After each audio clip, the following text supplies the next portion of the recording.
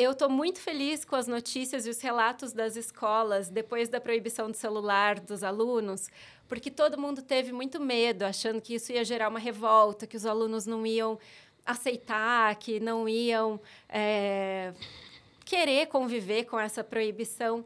E, na verdade, tudo que as escolas falam, eu tenho visitado escolas por conta do meu trabalho, todos os relatos são assim, nossa, parece que para eles foi um alívio.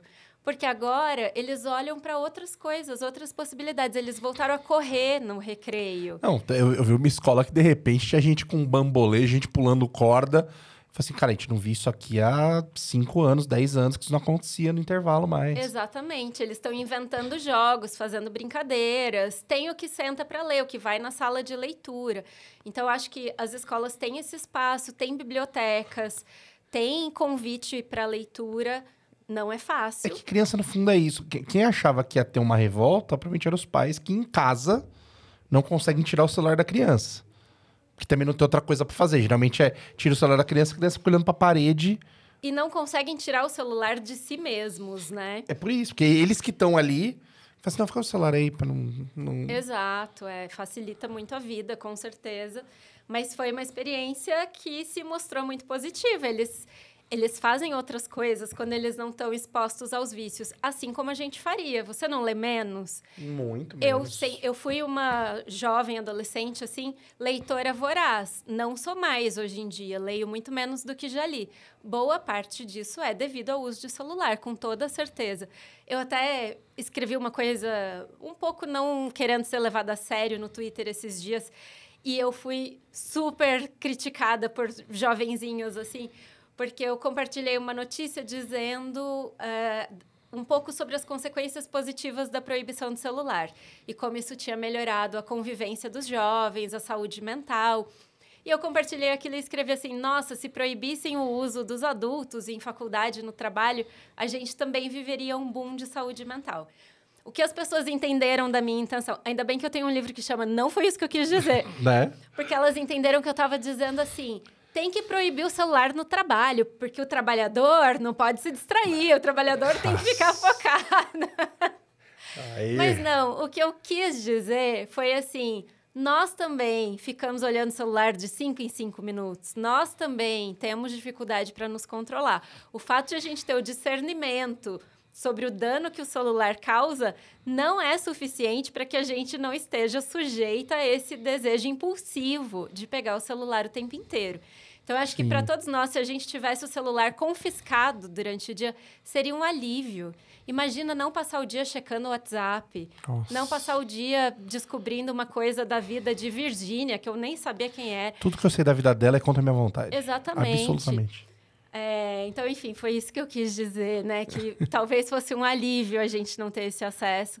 E para os jovens também é. Que bom que no ambiente da escola esse uso agora está restrito e eles podem descobrir outros caminhos e, inclusive, pegar um livro na biblioteca para ler na hora do intervalo. Cara, é muito doido, porque quando veio a ideia do projeto, eu confesso que eu não tinha certeza. Eu me bateu na época e falei assim, putz... Porque que negócio, eu fui crescendo... Eu cresci sem... A partir da época da faculdade já tinha celular, mas não era também um puta celular que, meu Deus, quanta coisa tinha pra fazer com ele. Então, ele acabava ficando meio esquecido também. Mas aí, depois estudando, depois comecei a dar aula pra adulto, também eu pensava, cara, pra tirar essa pessoa do celular, só talvez incluindo o celular na aula, porque era muito difícil pensar como que essa pessoa vai largar o celular em algum lugar, sabe? E realmente... Cara, deu muito certo, funcionou demais, porque as crianças estão conseguindo ter a experiência que a gente tinha na escola offline. Eu tinha uma professora da escola técnica, da mesma que o cara vendeu o livro, ela virou pra mim um dia, é uma verdade, queria lembrar o nome dele, cara, pior que eu tenho aquela merda daquele livro até hoje, é um livro horroroso, você não tem ideia, o livro é muito ruim. Gente. O livro é muito ruim. No primeiro dia de aula na escola técnica, a diretora entrou lá e falou assim, é o seguinte, aqui ninguém é mãe de vocês, não temos sinal, não temos nada, os horários da aula são tal, tal, tal e tal, vai atrapalhar, vai encher o saco, não precisa entrar na aula, vai na biblioteca, tem violão ali se quiser, tem jogos, tem o que vocês quiserem, ou só anda. Final do ano tem que ter 75% de presença, se não tiver, repete. É assim que a gente trabalha, beleza, beleza, beleza, acabou. que todo mundo fez no primeiro trimestre, obviamente. Aí, foda-se a aula, tá tudo certo. Mas era um nível de liberdade pra você fazer as coisas, cria caráter, né? Não, vou jogar, vou fazer não sei o quê, vou brincar. Na hora que você vê, fala assim, ih, rapaz, tá dando ruim de falta aqui. Você começa, tipo, a fazer a pessoa pensar de outros jeitos. Não... Cara, imagina todo mundo só ficar falando no WhatsApp o dia inteiro. Você não tem que passar um bilhete com uma cola. Sabe? Você não ter esse gosto de passar um bilhete. Pelo amor de Deus, né? Não vale a pena, né? Exato. É interessante isso que você trouxe, né? De como a liberdade te obriga a ter responsabilidade, a repensar escolhas. Você sabe que uma vez eu assisti uma aula do Clóvis de Barros e ele falava... Eu acho que ele usava a palavra moral, que quanto mais moral... Não, quanto mais regras, menos moral. E o exemplo era mais ou menos assim... se as pessoas tivessem a preocupação em não atropelar transeuntes, a gente não precisaria colocar uma velocidade máxima. A gente coloca uma velocidade máxima nas vias, né, uma proibição, porque elas não têm essa preocupação. Então, como elas não têm essa preocupação moral, você precisa vir com uma regra. Isso é genial. E não só essa regra, ainda tem uma regra que, caso você o faça, você ainda é criminalizado. Exato. Você tem que ter 2 punições diferentes e Exatamente. mesmo assim ainda acontece. E aí, isso sempre me faz pensar sobre as regras que a gente tem na sociedade. Puxa, você tem que criar uma regra para dizer que você não pode dirigir alcoolizado. Porque se não tiver a regra, as pessoas dirigem alcoolizados. Olha como falta o senso moral e falta o critério, né? Enfim, lembrei disso. Carol, eu sempre brinco que assim, os 10 mandamentos, quando vieram, não roubar, não matar, não desejar a mulher do próximo... O que estava acontecendo naquele momento histórico para o cara falar assim, eu vou botar 10 regrinhas, serem aquelas. Que era aquilo, cara? Você já deve ter visto um cartaz de sala de aula que viralizou. Não morder. Saca? Os 10 mandamentos da escola, né? Não morder o colega, não roubar o brinquedo. Excelente. Deixa eu defender o TikTok, porque você falou do TikTok. Não, pode... porque eu tenho dificuldade que, assim, não dá. Eu tenho muita dificuldade. O programa tem um TikTok, mas eu mesmo não consigo, assim, não...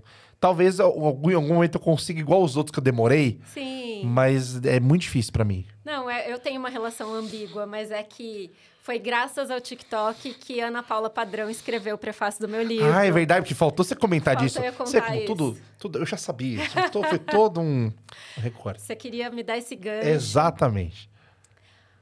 Um belo dia, voltei para casa, abri meu Instagram à noite, depois do trabalho, e vi que a Ana Paula Padrão tinha me marcado. Eu nem seguia ela, eu gosto muito dela, mas eu não sou de seguir celebridade no Instagram. Vi que ela tinha me marcado no story, eu pensei, que legal, qual vídeo meu ela deve ter compartilhado? Fiquei curiosa, achando que ela tinha compartilhado algum post, alguma coisa. Ela tinha feito uma sequência de uns 8, 9 stories falando sobre mim. Tô apaixonada numa professora que eu conheci no TikTok. Apareceram vídeos para mim da professora Carol. Ela faz análise de erro de interpretação de texto. Recortou trechinho de vídeo meu e colocou ali. Mó trampo. Gente, parecia que era uma publi, assim, enorme. Mó trampo, é isso. Ela selecionou trecho de 2 ou 3 vídeos. E aí eu vi aquilo, eu tava escrevendo o livro. Fiquei super feliz, respondi para ela, ela foi super fofa.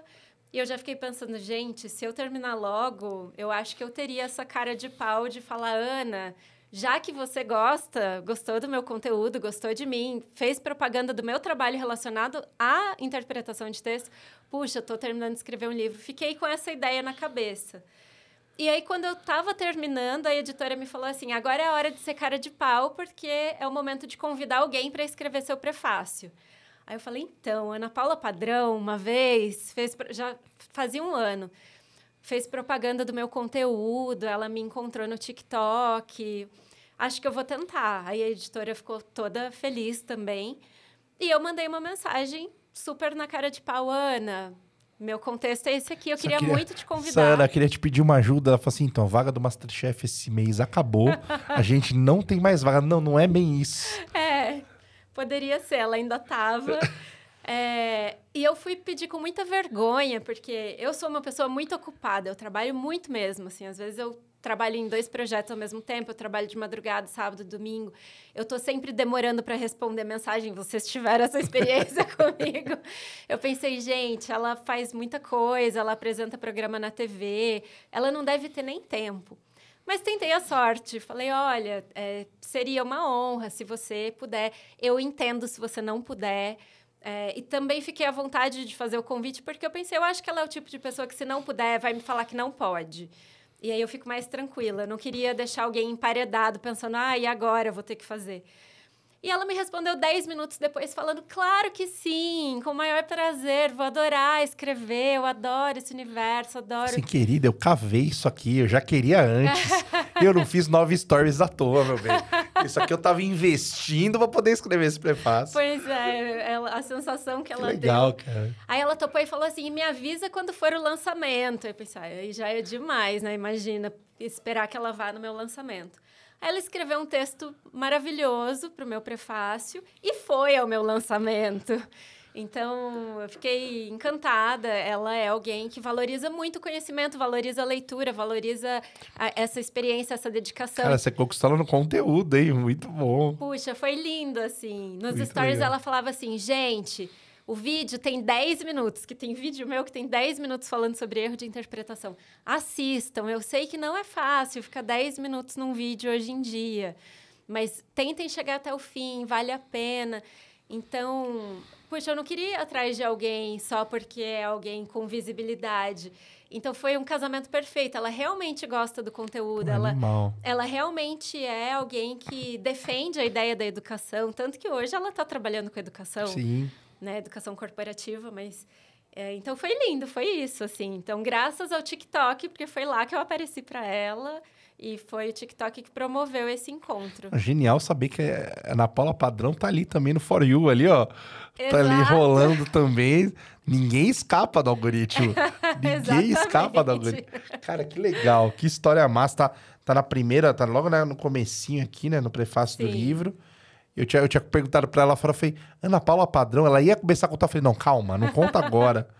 Cara, muito legal, muito carinhosa. Nunca tinha contado essa história em público. Cara, muito bacana, muito bacana.